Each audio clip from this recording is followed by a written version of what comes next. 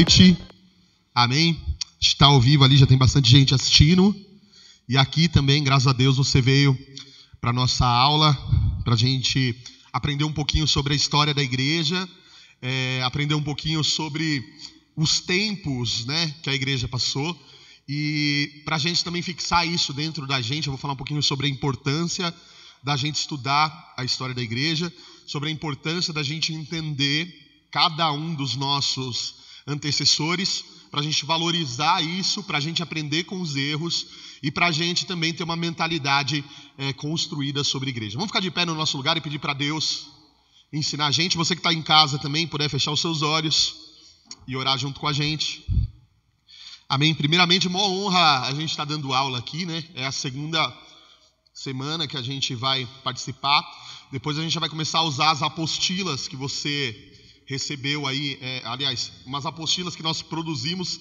Quem recebeu só foram os professores ainda, né? Eu já estou dando spoiler aqui. A gente tem algumas apostilas bem legais, depois você vai poder acompanhar, se eu não me engano são 6. A gente está produzindo mais. Para vocês terem uma ideia, a gente estava enxugando aí a aula de hoje, porque quantos slides deu, Rô? 60 slides, para a gente fazer em 45 minutos. Então é bastante coisa, né, gente? Então a gente enxugou. Só que é importante depois você entrar lá no aplicativo e você ler.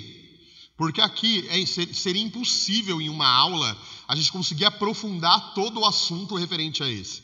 Só que lá a gente tem indicação de livros, a gente tem indicação de documentários. Lá a gente tem uma porção, um material vasto para você complementar a aula. Amém? Então utilize o aplicativo. Quem não tem o aplicativo ainda, só para eu ver. Todo mundo tem o aplicativo. A gente está vendo para colocar na Apple Store também. Essa semana que a gente fez toda a tramitação para colocar também para quem tem iPhone baixar. Mas mesmo que a pessoa tenha iPhone, ela consegue baixar o material caso a gente compartilhe com ela. Então, acabando a aula, a gente compartilha lá no grupo e a pessoa pode baixar no celular dela. Uma outra coisa importante, o material dessa aula, ele já foi colocado dentro do aplicativo. Então, acabando a aula, a gente só vai colocar o link da aula lá para o pessoal assistir, mas o material já está lá disponível. Inclusive, quem estiver em casa ou aqui quiser acompanhar o material pelo celular, você vai poder acompanhar também. Amém? Vamos orar? Senhor, obrigado por essa oportunidade de ensinar, Pai. De ensinar algo tão importante, tão precioso para o Senhor, que é a história da igreja, Pai. A história da disseminação do Evangelho. A história do Senhor com o teu povo.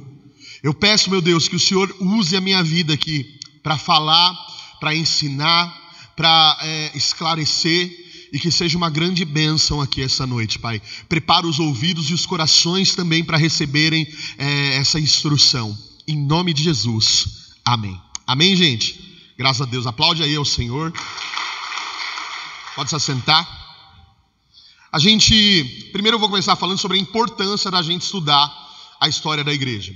A importância da gente olhar um pouco para trás e da gente enxergar tudo que foi construído e da gente aprender com quem acertou e aprender também com quem errou, gente. Então, olhar para trás, para mim como um pastor, serve para quê? Para primeiro, eu aprender com os acertos e segundo, aprender com os erros. Porque tem erros que a igreja já cometeu e que nesse século aqui ainda comete por não olhar para trás e achar que é inovador, né? Então, vamos inovar. Eu tive uma ideia brilhante agora para fazer a igreja crescer, uma ideia maravilhosa que vai bombar no mundo inteiro a igreja, tal. Aí você vai olhar para a história da igreja, já tentaram essa fórmula secreta que você descobriu e deu super errado. Então, quando você olha, você aprende com os erros e com os acertos da igreja. Quando você olha, você enxerga a misericórdia de Deus e o propósito de Deus para a igreja.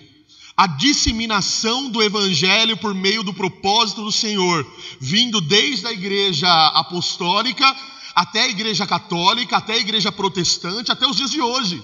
Então nós vemos um controle pleno de Deus, disseminando o Evangelho por meio até da instituição, tratando isso como um propósito. E nesse momento nós também vamos entender a forma que a igreja vive nesse século. Então, olhando para trás, a gente vai entender a importância, a gente vai entender também os erros, e nós vamos, com os erros, consertarmos, e com os acertos a gente vai construir em cima disso. Amém? Então, essa é a importância de estudarmos a história da igreja. Acho que é algo bem simples. Quando a gente vai estudar a história de algo, é importante a gente aprender com ela. E a gente trazer para os dias de hoje, para que a gente não cometa mais os mesmos erros. Amém? Então a gente vai começar falando sobre a igreja apostólica e a igreja perseguida. Elas acontecem quase que simultaneamente. E quando a gente fala igreja, a gente não está falando ainda da instituição, porque a instituição ela acontece só depois, lá na igreja medieval, lá na igreja imperial. Então a institucionalização, a organização, ela vai acontecer um pouco mais para frente. Aqui a gente está falando da comunidade de Jesus.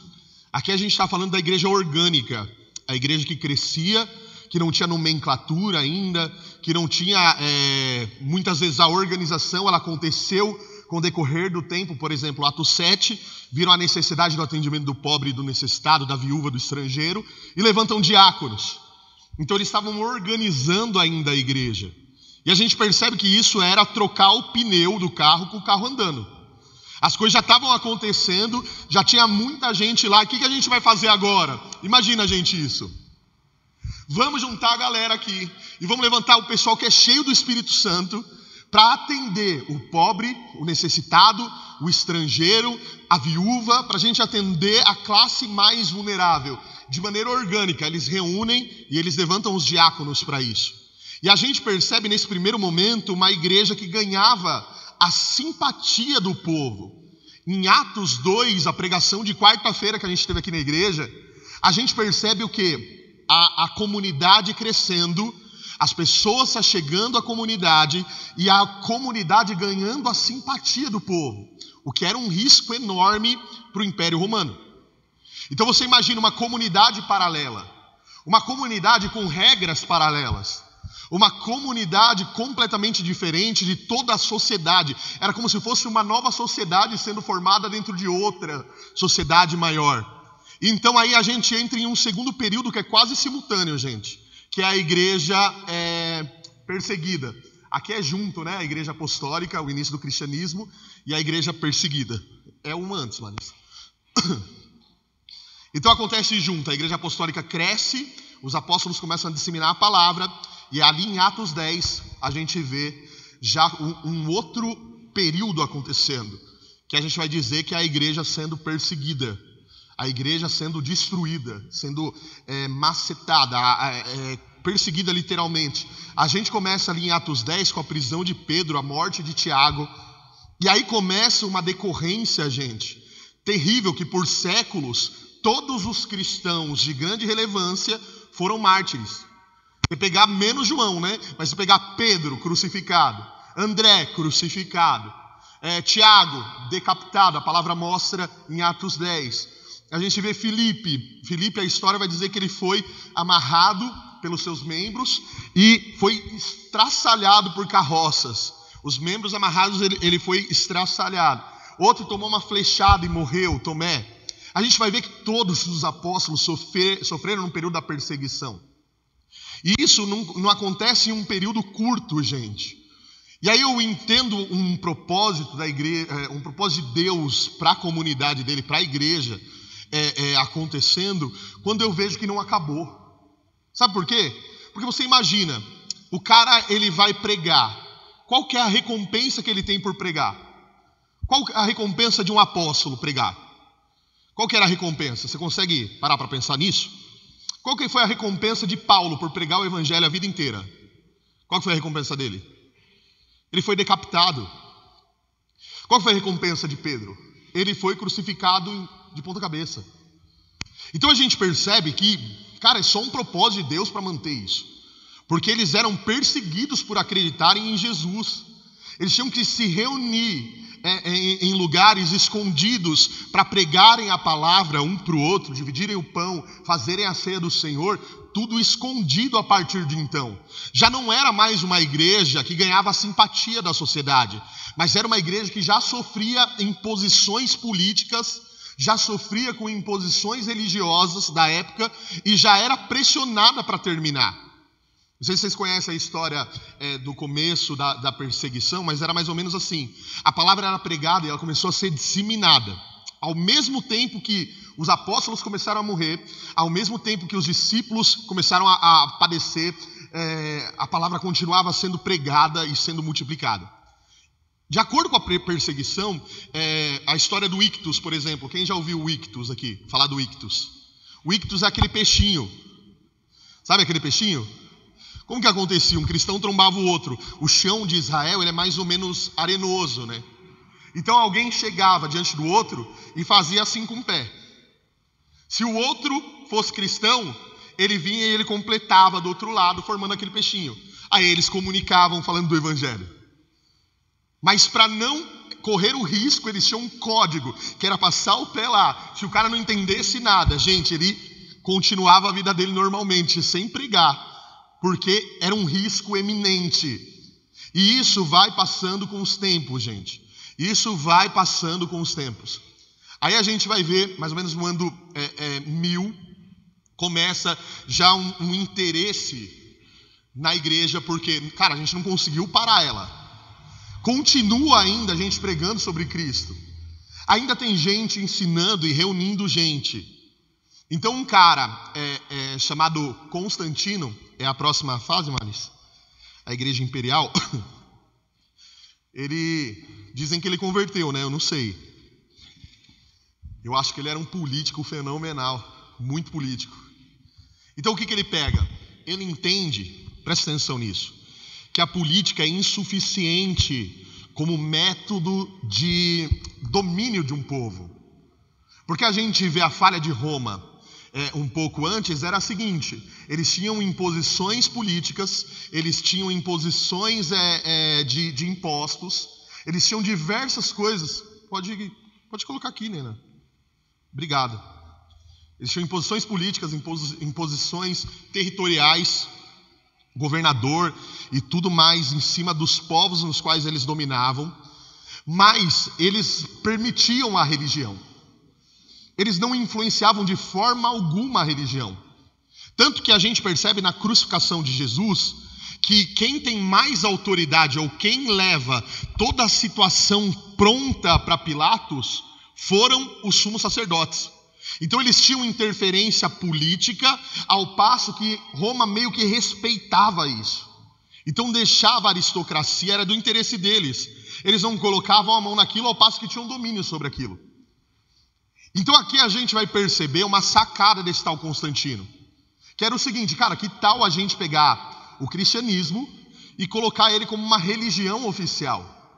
E aí a igreja, gente, nesse período aqui, eu não vou especificar certinho o período, porque, primeiro, existem diversas perdas no calendário do tempo que vão fazer com que eu não seja preciso. Então, por exemplo, no material que está aí no seu aplicativo, a gente colocou os possíveis anos que aconteceram essas transições. Mas nessa transição acontece o seguinte: a igreja ela passa de perseguida a agora não só aceita, como até imposta pelo império. Então aí mudou o jogo, gente. A gente vê um outro momento da igreja, aonde agora não era só mais a classe pobre, a classe camponesa, que ouvia o evangelho e se interessava por ele.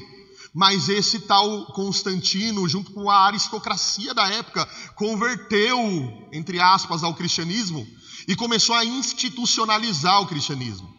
Então aqui a gente teve algumas reuniões chamadas concílios, aonde eles pensavam em organizar e institucionalizar a igreja. Há pessoas que acreditam que aqui há uma grande perca na essência da igreja apostólica, porque algumas coisas se tornaram meramente políticas. E a força do cristianismo, junto com a força da política, era a arma perfeita para o domínio de uma sociedade. E é até hoje, gente. Então, para mim, na minha concepção agora, tá? Não estou falando, eu não sou historiador, mas eu sou um curioso que estuda bastante. Quando eu olho isso daqui, eu vejo um risco enorme do homem sem Deus querer interferir na sociedade por meio da religião. Não é teocracia isso. Isso é pior do que sei lá, a monarquia comum da época de Saul. Porque o cara ele usa de argumentos religiosos, sem possuir o Espírito Santo de Deus, a fim de dominar o povo por meio de ritos, por meio de costumes, de mudanças de determinadas coisas que eram essenciais. Por exemplo, nesse período aqui, mudaram a guarda do sábado. Vocês sabiam disso? Mudaram a guarda do sábado nesse período, em um dos concílios. Em um dos concílios, eles também organizam a ideia de trindade.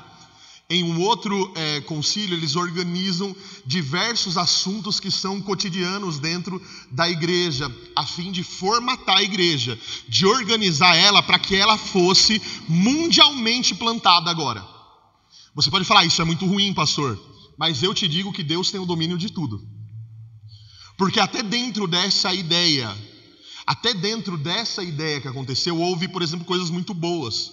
A preservação da Escritura, por exemplo. A preservação de doutrinas que eram realmente importantes, a fim de que elas chegassem até aqui hoje. Houveram distorções, muitas, diversas. Houveram atualizações, muitas, diversas. Mas o que a gente percebe é a mão de Deus conduzindo esse período que foi tão difícil, e aonde o homem falava, eu tenho domínio sobre essa religião, eu tenho domínio sobre essa instituição.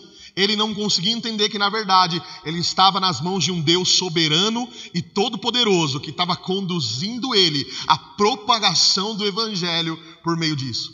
Amém? Então aqui a igreja não parou, na verdade ela cresceu muito. Ela cresceu, ela institucionalizou, ela ganhou força, visibilidade. Tem um outro período que é o depois desse, acredito que é o medieval. Aqui é o pré-reforma, tá? Aqui, o período medieval, ele já começou em uma organização um pouco diferente. Então eram transições. E essas transições influenciavam diretamente na sociedade. Por exemplo, eu vou dar um exemplo aqui hoje, já chegando na igreja contemporânea. Vou dar um spoiler da aula. Mas é mais ou menos assim, a gente está entrando num período de pós-modernismo, que ele é diretamente influenciado pela igreja. A igreja, ela começou a passar por esses períodos, junto com a sociedade e influenciando diretamente na evolução, na transgressão e em tudo que acontecia nesse período. Por exemplo, o período medieval, não sei se vocês conhecem na história, mas é onde surge, por exemplo, o feudalismo, aonde o senhor que tinha determinada terra tinha o domínio pleno de leis, de normas, de tudo sobre um indivíduo que morava dentro daquela terra ou que trabalhava para ele. Então o feudalismo ele também era incentivado diretamente pela igreja, quando você estuda isso a fundo no período medieval da igreja. A tristeza daqui é que se tornou tão institucional a coisa, que começou a ficar chato, que começou a ficar inacessível para o povo simples. Então tiraram do povo simples, levaram lá para a classe mais alta. E aí, nesse período aí, aonde a igreja ficou lá em cima, as pessoas mais simples, elas não tinham tanto acesso a uma missa, por exemplo. Elas não tinham tanto acesso à palavra de Deus, por exemplo. Então foi um período de seleção, aonde a igreja ela passa a atuar mais na classe mais alta, e a classe mais simples ela não tinha tanto acesso. Ainda no período medieval, surgiram diversos movimentos de reforma por conta disso. Por exemplo, os camponeses precisavam ter acesso à palavra. E não conseguiam porque eles iam até a missa e o culto era feito em latim. Imagina, gente. Você chegou aqui, eu estou pregando em latim. Só que você não fala latim e nunca teve acesso a isso. Você imagina, você chegou aqui e você teve uma explicação da palavra em latim. Então a criança que tinha dinheiro, ela ia para uma escola melhor, ela aprendia latim e ela tinha acesso à religião. Uma pessoa simples que estava no meio do campo, ela não poderia ter acesso ao latim, que era um dos idiomas que eram pregados ali. Ela ia até uma missa, por exemplo, e ela não entendia bulhufas. Ainda no período medieval, nasce a ideia de imagens no culto. Por quê? Porque uma pessoa analfabeta, ela entrava no culto, a intenção é boa então, né? Presta atenção no que eu vou te dizer. A pessoa entrava no culto, ela não entendia, por exemplo, como aconteceu o nascimento de Jesus. Então o que eles faziam? Vamos fazer um cenário, como se fosse um gibi, nas vidraças aqui, para a pessoa olhar e ela entender como que Jesus nasceu. Só que aí as pessoas eram tão simples, mas tão simples, que quando elas olhavam para o presépio e viam aquela beleza toda, elas falavam: esse é Jesus, cara. Vamos pedir para essa imagem. Então você percebe a simplicidade de um povo, e aí dentro disso a igreja também se aproveita, e ela começa também a usar isso como um artifício. Nesse período aqui a gente vai falar de um tal de Jerônimo de Savonarola. Ele é um pré-reformista. Ele traz alguns conceitos que Lutero depois na Reforma Protestante vai trazer, mas já começa um movimento muito forte invadindo a igreja, trazendo para essa igreja institucional um incômodo, porque já existia uma insatisfação quase que de 30% dos padres da época. E aí a gente vai perceber então que esse movimento, ele não extirpa, ele fica de geração em geração até 1517, que é a próxima parte da igreja aí. E aqui eu acho incrível, eu vou falar só sobre duas situações para você entender por que é importante a gente estudar isso daqui. Vamos lá, gente. 2 pontos principais que incomodavam muito Lutero em 1517. A primeira era a questão do culto não ser acessível para a pessoa mais simples. Então, o culto era feito, por exemplo, em latim. Cara, as pessoas não tinham acesso a isso. Então surge uma tradução da palavra, da Bíblia, para camponeses poderem ter acesso, o que foi um escândalo para a época. Eles queriam abrir mais isso daí. Não vou usar a palavra democratizar, porque na minha concepção hoje não é uma palavra tão boa para isso. Mas eu vou dizer que eles começaram a abrir mais espaço para que as pessoas tivessem acesso à palavra. Eles começaram a lutar por isso. Era um movimento muito forte para isso acontecer. E esse é o primeiro ponto. Para a gente hoje ouvir um culto em português, no nosso idioma nativo, porque até hoje, talvez, dentro de um conceito onde não existe reforma, e o culto ainda seria prestado em latim, que para eles não tem... Gente, para mim, vamos parar para pensar, analisando, o que o latim tem a ver com a Bíblia? Com a Bíblia mesmo? Nada. Mas aí iam e pregavam em latim. Cara, aí um cara vinha e ouvia a palavra em latim. Então a reforma ela tinha essa vertente também, como um protesto, a palavra sendo pregada no idioma nativo. A segunda coisa que é muito importante é o lance das indulgências. Quem já ouviu falar de indulgência aqui? Gente, eu vou pegar vocês agora, quem está me ouvindo aqui, fica com raiva de mim. Mas por que é importante a gente falar disso? Porque quando a gente olha para trás, a gente não erra mais. Se olhasse para trás e para a história da igreja, não fariam mais isso. Então começa, por exemplo, com um papelzinho, no qual o padre pega esse papel e fala assim: gente, esse papel aqui, você vai comprar com o seu dinheiro. E com o seu dinheiro você vai conseguir comprar a salvação para você, para a tua família, inclusive para quem morreu. Cara, já pensou? Aí a pessoa pobrezinha lá, que já estava começando a ter acesso por causa disso, porque isso era falado no idioma nativo, tá, gente? O que não era falado era o entendimento da palavra, mas tudo isso era pregado no idioma nativo. Vamos lá, vocês vão trazer dinheiro para cá, porque eu vou te dar agora um papelzinho para você levar para a tua casa que representa a salvação da tua família e inclusive até de quem morreu. Cara, Lutero ficava doido com isso. E aí é uma das forças que levaram à reforma. Só que hoje tem gente que vende papelzinho ainda. Fala: uau, eu tive uma ideia incrível, eu vou pegar um negócio aqui, vou abençoar e vou vender para o povo, porque a igreja está com dificuldade, a igreja estava em dificuldade também. Aí pega o papelzinho, unge lá, leva lá para um monte, coloca lá, enterra, joga óleo em cima, traz e vende para o povo. Tá, beleza. Vamos parar para pensar e analisar aqui junto. Qual que é o problema da indulgência para mim? Eu vou pegar firme com isso porque é uma coisa que a gente já fez. E arrependimento não é a gente parar de fazer. Arrependimento é virar 360, virar 180 graus contra aquilo e contra. Então, por exemplo, quando eu coloco um negocinho, sei lá, na minha porta, para falar que o mal não vai entrar lá, o que eu estou falando? E eu entrego uma oferta para isso. O que eu estou falando, gente? Eu estou falando o seguinte: eu estou colocando aqui algo que vai proteger a minha casa no lugar do sangue de Jesus. Porque para mim o sangue de Jesus não é o suficiente. Eu preciso ver alguma coisa colocada aqui e pagar por isso, para ele me proteger. Porque não adianta agora, antes de sair de casa, eu tenho que pôr a mão nisso e orar e falar: Deus, me protege, porque agora eu estou saindo da minha casa e se eu não tivesse isso daqui, eu não sei o que seria de mim. Esse é um dos exemplos, tá? Mas aí tem a fitinha que amarra no braço, tem um negócio que carrega no pescoço. E tem um monte de outras coisas que a gente vai vendo. Tem a água que vem de lá, e aquela água lá, se você bebe, você fica mais abençoado do que a água que você bebe aqui. E aí tem o óleo, que é o óleo que vem de tal país. Então, porque veio de tal país, ele é miraculoso e cura. E aí, tudo isso, gente, com o seu devido preço a ser pago. O que existe por trás disso é um grande problema financeiro e de caráter também. Um problema financeiro e institucional e um problema de caráter, por não acreditar que Jesus pode fazer com que a obra permaneça sem esse tipo de artimanha humana. Então a gente olha para trás e a gente aprende. Por que a gente é protestante hoje? Por causa disso também. Por que hoje a gente é uma igreja que prega o evangelho, considerado uma igreja evangélica? Por quê? Por causa disso. Aí a igreja é evangélica, mas ela faz igual a católica do período de Lutero, da Reforma.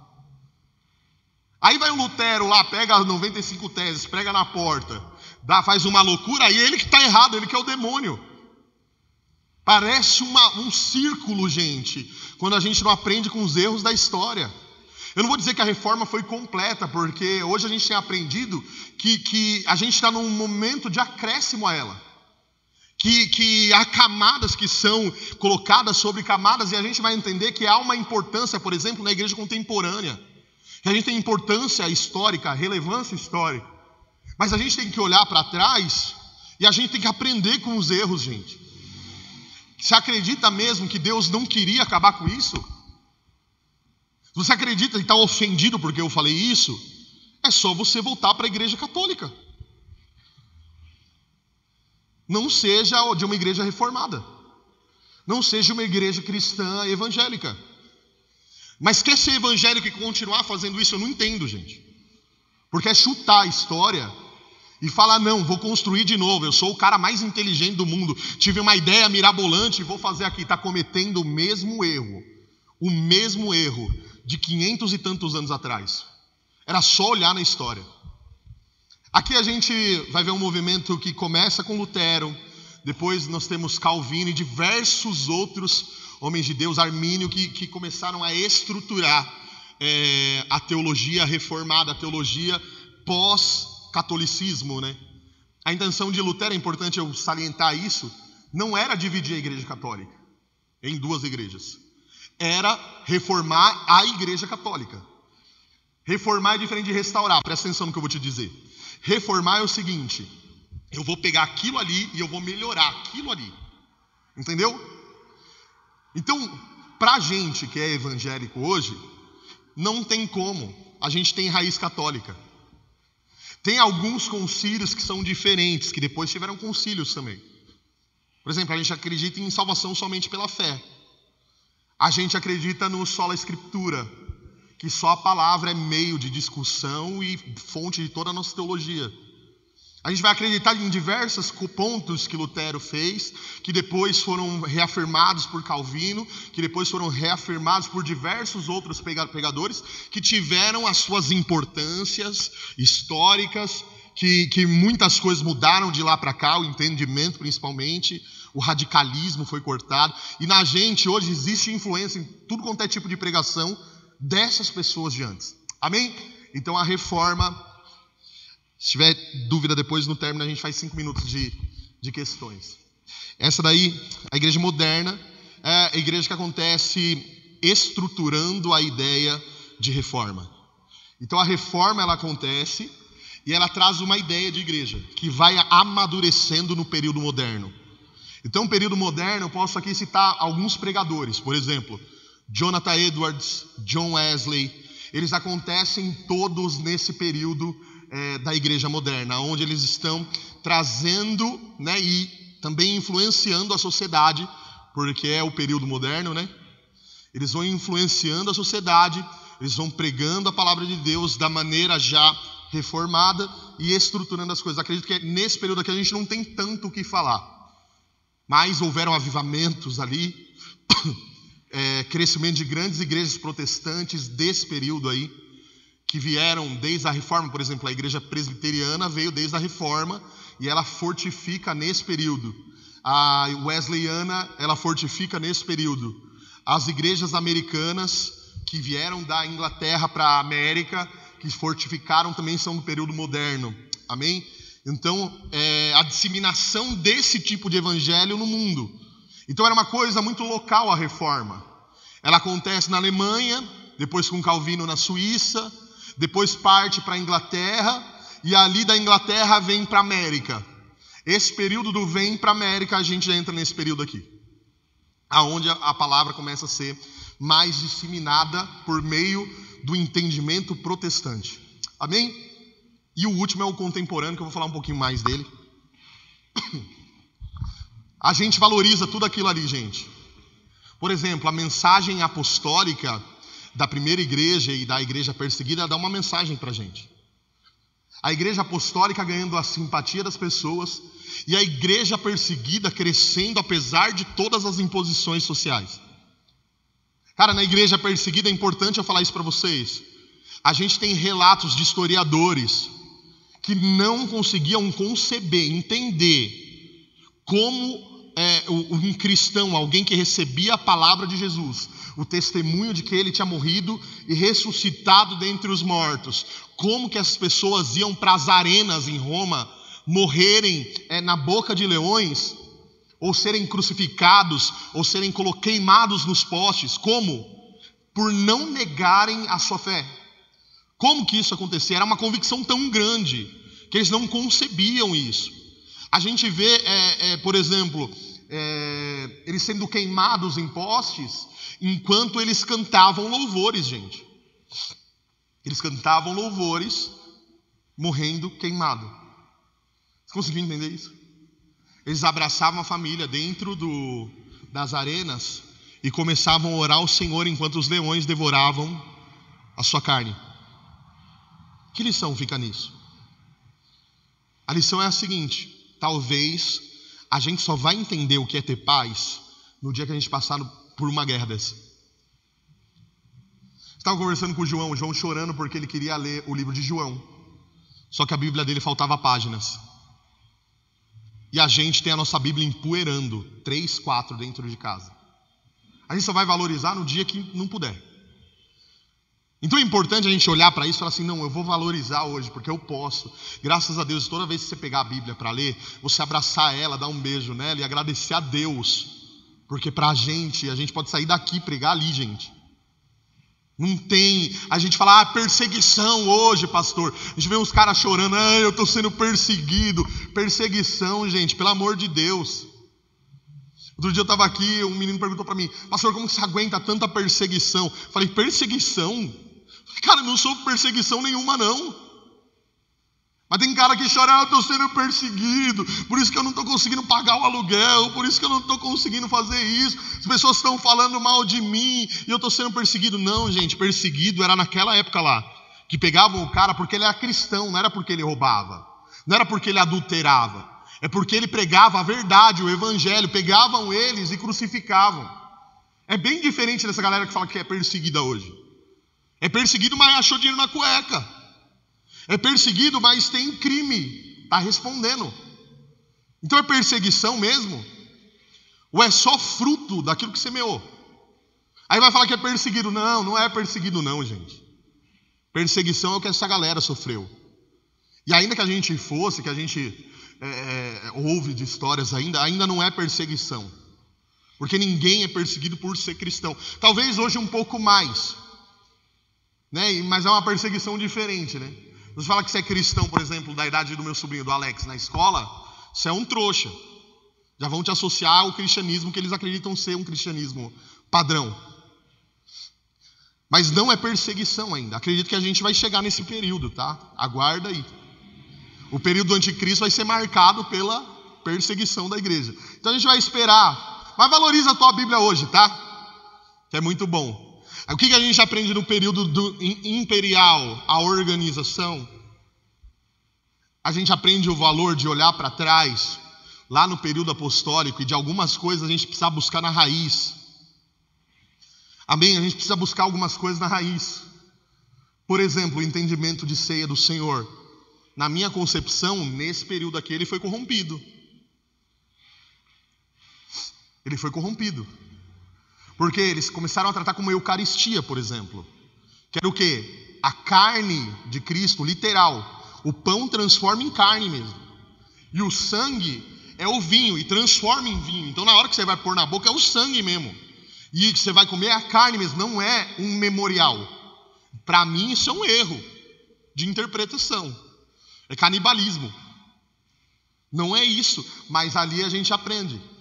A gente olha para aquilo ali, a gente fala assim, poxa, a gente precisa voltar lá para as raízes. Como que era a ceia? Qual festa que era a ceia? Vocês sabem? É importante vocês saberem. Qual festa que era a ceia? O que eles faziam nesse dia? Ah, agora eu consegui entender.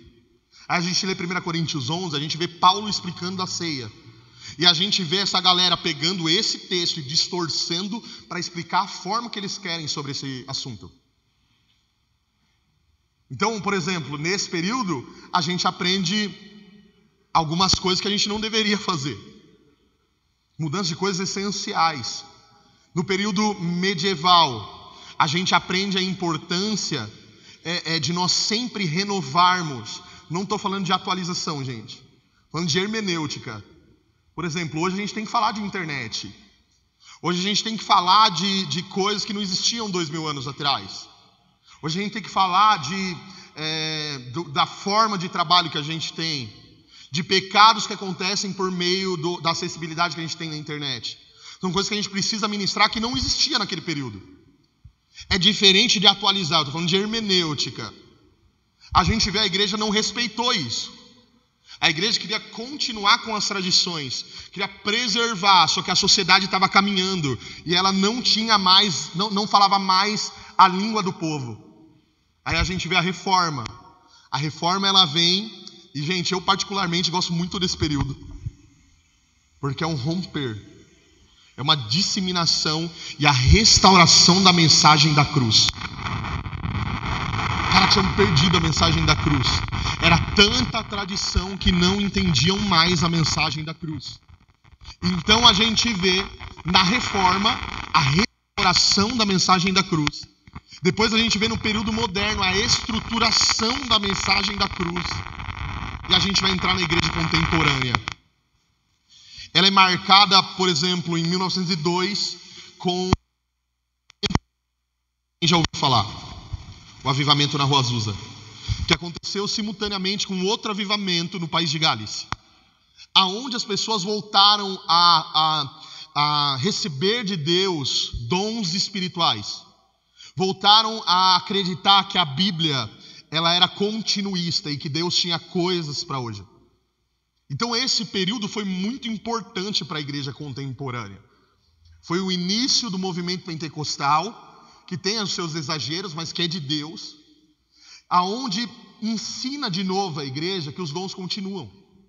Porque até então, até na era moderna, gente, existia um tipo de teologia que é muito preservada até hoje pelos nossos irmãos presbiterianos, que é o cessacionismo. Que é o quê? Cara, o sola escritura deles é o seguinte: eu acredito só na palavra mesmo. Então, por exemplo, os dons de Deus eram para a palavra. Os ministérios de Deus eram para a palavra. Hoje não tem isso, hoje não acontece dessa forma. Hoje Deus não cura um cego, hoje Deus não cura. Ou se ele cura, ele usa os meios comuns. Não é como naquele período onde por imposição de mãos alguém era liberto. Por um abraço alguém era curado. Então era como se aquele período tivesse acabado, encerrado. E a gente vê na igreja contemporânea um avivamento disso. Aonde as pessoas começam a provar de novo de Deus nisso. Olha a importância disso, gente. Na igreja contemporânea também a gente tira essa responsabilidade institucional simplesmente. Na igreja contemporânea, é importante você entender o nosso estilo de vida hoje. Ele é tirando força institucional e colocando força individual, familiar. Já preparando para os momentos de crise que a gente já leu na Escritura. Gente, eu acredito, tá, que vai chegar um momento em que vai ser muito mais difícil a gente se reunir num lugar como esse. E aí a gente viu, por exemplo, na pandemia, acabou a igreja foi para casa, e um monte de gente perdeu a vida devocional. Por quê? Porque só sabe ter vida devocional aqui dentro. Um monte de gente enterrou o ministério e falou, vamos esperar a pandemia passar, porque depois que ela passar, a gente desenterra ela de novo, e aí a gente aplica ela na igreja de novo. A gente aprendeu agora, com isso tudo que a gente viveu, nessa questão aqui, toda que a gente tem vivido até hoje, que é importante a gente ser ou agir como igreja, principalmente quando o culto acaba. A gente começou a perceber a força institucional, o quanto ela era prejudicial para a gente. Eu falei quarta-feira isso. Só faça o bem por meio da igreja. Então o que é legal? Vamos fazer uma campanha do agasalho, pastor? Vamos. Mas isso não tira a tua responsabilidade de pegar um agasalho e você levar para uma pessoa. Ah, pastor, eu vou fazer um marmitex e eu vou trazer aqui para a igreja para você entregar. Amém? A gente entrega como instituição, não tem problema. Mas não deixa de separar o teu almoço de domingo lá, o que sobrou da comida, colocar numa marmita e entregar para alguém que precisa. O bem não é feito só por meio da igreja institucional. Ela não tem o direito, ela não tem o monopólio do bem nas suas mãos. O bem precisa ser feito por todo mundo, principalmente quando o culto acaba. A ideia institucional, ela trouxe uma força financeira para a igreja muito forte, muito grande.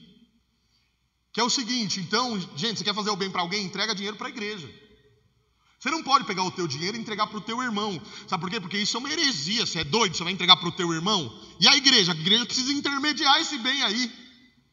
Entrega para a gente entregar. Faz aí para a gente ir lá e fazer por você.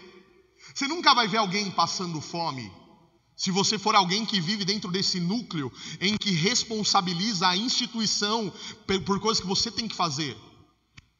Então quando a gente fala, a gente é a igreja, a gente é a igreja, a gente é a igreja, a gente é a igreja mesmo, gente. A gente é a igreja mesmo, porque é a gente que leva. Não é institucional. Não sei se você conseguiu entender a ideia institucional contemporânea. Uma outra coisa interessante para a gente enxergar é a restauração da mensagem do reino. Cara, daqui, não sei, se Jesus não voltar antes, daqui 50 anos, assim como eu falei aqui da restauração da mensagem da cruz, vão ter pessoas falando da restauração da mensagem do reino. A mensagem do reino, gente, ela é uma mensagem contemporânea. Sabe por quê? Vou te ensinar agora. Por que ela é uma mensagem contemporânea? Porque a gente vê, por exemplo, um cumprimento de uma profecia bíblica em 1948. Vocês sabem qual que é? Quem sabe qual que é? A profecia que cumpriu em 1948.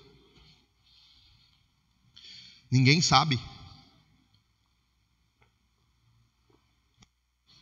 Israel volta a ser nação, conforme estava escrito. Aí a gente vê Jeremias 23 cumprindo, que é: eu vou espalhar vocês por todo mundo, mas depois eu vou trazer vocês de todo mundo e eu vou fazer vocês nação de novo. E ainda em Jeremias ele fala assim: da geração da figueira não vai passar. Essa é a geração. 1947, gente, agora. Deus pega Israel e faz Israel nação de novo, inexplicavelmente. Não tinha espaço na terra, não tinha lugar para ser. E aí vai e cumpre algo que está dentro da escritura, mudou tudo. Aí você fala, atualizou a reforma? Cara, com certeza. Você pega o período da reforma, qual que é o grande problema? É a teologia da substituição. Então, por exemplo, a teologia da substituição na reforma ela é muito forte, porque ela vai dizer que nós, igreja, somos o Israel de Deus. Só que nós não somos o Israel de Deus. Israel de Deus é Israel. Nós somos a igreja dele. Nós somos filhos por adoção. Nós somos enxertados na videira. Mas Deus, por meio de Abraão, prometeu para aquela nação o sacerdócio. Não poderia ser incompleto, gente. Então aí a gente atualiza a reforma, que a gente clama hoje, é uma reforma da mensagem do reino. Porque a mensagem da cruz, ela é o evangelho, mas o evangelho completo, ele morreu numa cruz por nós, mas ele vai voltar para reinar sobre nós um dia, e esse reino vai ser literal. Essa é a mensagem dos dias de hoje, essa é a mensagem da igreja contemporânea. Então a gente vê uma perda do senso de reino no período da reforma. Por quê? Porque, por exemplo, existe algumas teses que na minha cabeça são incabíveis, mesmo estudando amilenismo. Não, a gente já está dentro do milênio, a gente já está dentro da tribulação, já está tudo acontecendo, o anticristo é um espírito, tal, está tudo aí. Cara, eu não consigo enxergar assim. Aonde pega o Apocalipse, você vai falar qualquer coisa. Não, isso daí é alusão, isso daí é simbolismo. E aí tiram a literalidade da palavra e ferem um princípio chamado sola escritura, que eles mesmos seguem. É uma crítica muito dura que eu tenho para falar aqui para vocês. Mas, por exemplo, a nossa igreja contemporânea hoje, dentro da escritura, a gente acredita da seguinte forma: Jesus vai voltar e ele vai reinar literalmente sobre nós. Jesus vai voltar e ele vai estabelecer justiça, vai colocar todos os inimigos como extrato dos seus pés.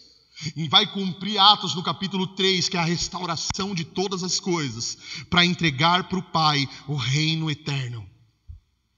Essa é a mensagem do reino. Então a gente vê uma estruturação na história da igreja, e chegou na gente. A gente não vai desvalorizar tudo que fizeram, mas a gente vai olhar e vai aprender. A gente não vai desvalorizar aqueles que guerrearam, deram suas cabeças para a palavra chegar aqui do jeito que ela chegou hoje. Mas a gente vai examinar as escrituras e a gente vai entender que o nosso tempo também é importante, gente. A gente olha para trás, muitas vezes a gente valoriza mais, sei lá, a igreja apostólica. E a gente fala, uau, queria andar no meio dos apóstolos, queria estar junto com Cristo ouvindo aquela pregação, queria ver Paulo pregando, amém, eu também queria. Mas essa é a nossa geração. Esse é o nosso tempo, a gente está dentro desse tempo. Eu fico muito triste quando eu ouço, por exemplo, alguém falando, essa é a pior geração de cristãos que existe. Essa geração aqui é terrível, pastor. É a geração mimimi, é a geração que não se relaciona, é a geração isso e aquilo. Gente, eu vou falar para vocês uma coisa de coração. Essa é a nossa geração.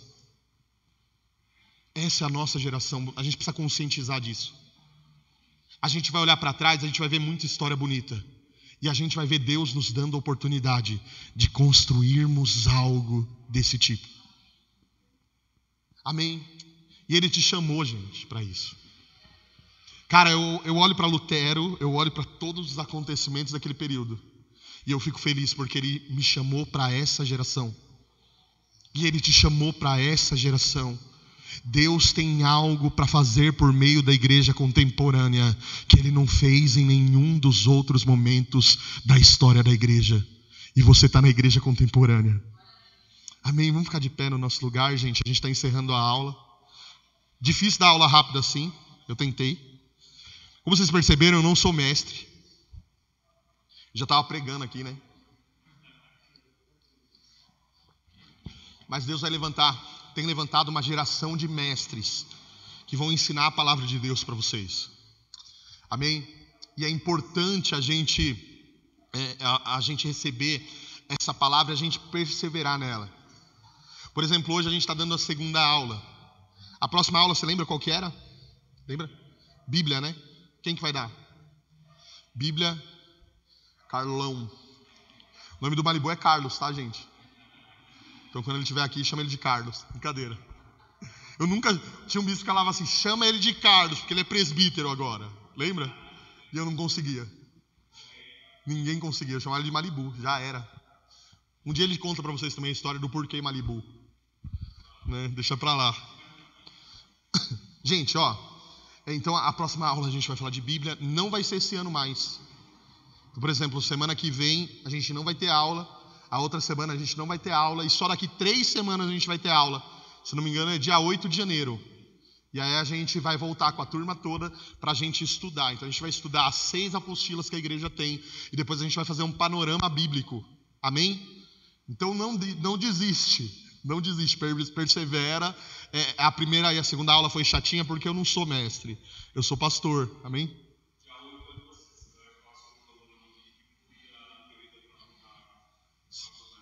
Amém. Dia 8 sou eu então ainda. Então é pregação. Brincadeira, gente. Dia 8 sou eu, vou falar sobre a perspectiva que a gente enxerga na palavra o evangelho de Gênesis até Apocalipse. Então é bem rápido e eu vou falar o que mais? Sobre a promessa. É isso mesmo. A promessa é essa daí. Amém? Gente, espero que vocês tenham gostado. Alguém tem alguma dúvida? Fui tão bem assim? Qualquer dúvida, você tem um material lá. Leia. Mergulha nele. Estava falando com o Carlos. É uma aula que para a gente dar em 45 minutos, a gente precisa de que vocês peguem o material e leiam depois. E é até essa a ideia, gente. Você não precisa confiar a sua salvação em mim, não. E nem toda a sua inteligência em mim. Ia ser chato assim, né? Eu gosto de ouvir e de buscar. E depois que eu busco, eu até discordo, viu, gente? Eu fiquei feliz aí, esses dias a gente foi fazer um TCC, né? Tá terminando um curso que eu estava fazendo. E eu fiz questão de pegar uma tese que o meu professor fez e ir contra ela. Cara, ele ficou muito nervoso comigo, mas foi bom. Foi bom para ele, porque mexeu com orgulho, né? Vamos ver se vai mudar, mas é bom. Foi bom. Sabe o que a gente precisa fazer? A gente precisa buscar. A gente precisa aprender a conversar sobre isso. A gente precisa aprender a ouvir a perspectiva de alguém que fala diferente de você, que só fala coisa ruim. Tem gente que fala coisa diferente de você que vai acrescentar na tua sabedoria. Então é importante você conversar. Acabando a aula aqui, a gente preparou ali um coffee break. Coffee break é chique, né? É bolacha de sal e café. Brincadeira, a gente tem mais coisa lá. Coffee break. É assim que fala, né, Maris? Vamos orar, gente? Senhor, obrigado, Pai, pela Tua palavra. Obrigado, Senhor, porque o Senhor se fez presente aqui. E a gente seguindo aquilo que o cronograma dessa aula, a gente conseguiu passar tudo aquilo que o Senhor colocou dentro de nós. Que a gente entenda isso, que a gente mergulhe nisso. Que essa palavra fixe no nosso coração. E que a gente viva ela na plenitude. Em nome de Jesus. Amém. Amém.